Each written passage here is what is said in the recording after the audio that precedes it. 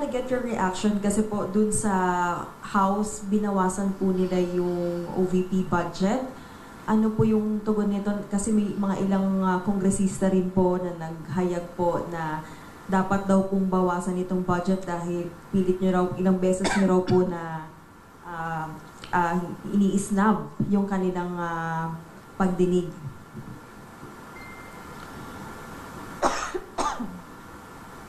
Isang beses lang ako hindi pumunta. Sa plenary, 2 beses. Sa plenary, 2 beses ako hindi pumunta sa kanila.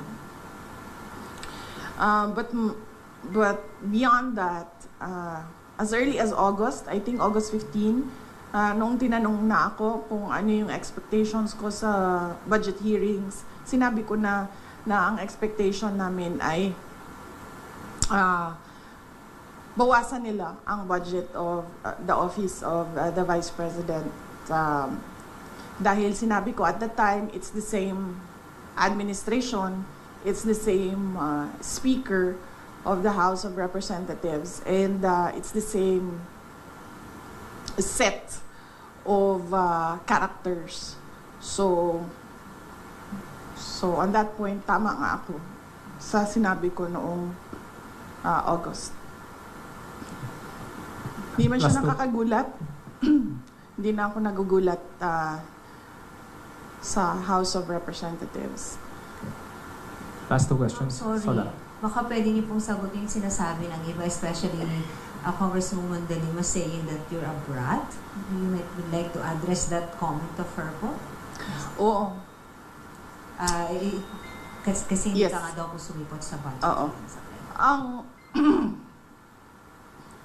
Ang administration, and that is led by Malacanang Palace, ang Makabayan, ang Akbayan, ang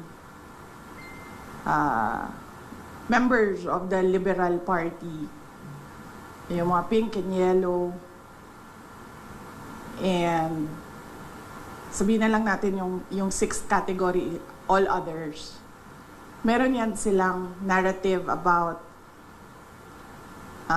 Inday Sara. Kung napapansin nyo, paulit-ulit lang yan na sinasabi nila. Kung ano yung, at pansinin nyo din, kung ano yung lumalabas sa bibig ng Malacanang Palace, susunod yung kanilang online service providers sa news.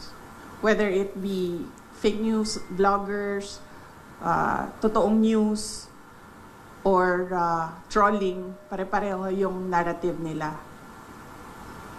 At pansinin nyo, lahat ng lumabas na mga articles, isa lang yan.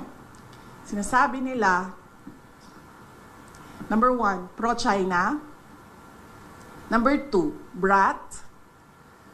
Number 3, lukaret, crazy. At number 4, nakalimutan ko yung isa. Ano yung isa, ma'am? Paulit-ulit lang yan sila eh. At confidential funds. Ilustay. Yan. Pro-China, brat, luka-luka, at confidential funds. 4 lang yan. Pansinin nyo, inuulit-ulit nila yan. Hoping siguro na one of those will stick sa image or sa reputation para makasira sa akin. So, hindi ako nagtataka na magsasabi ng ganyan si Leila De Lima. Yung word na brat, ginagamit nila lagi yan. And more than that, hindi naman kasi parent ang House of Representatives for them to say kailangan disiplinahin ang Vice President. Dahil sa totoo lang, ang tawag nga natin sa kanila mga buaya, di ba? Ganun yung general perception for all members of the House of Representatives. So wala silang moral ascendancy over the office of the Vice President. But going back, that's a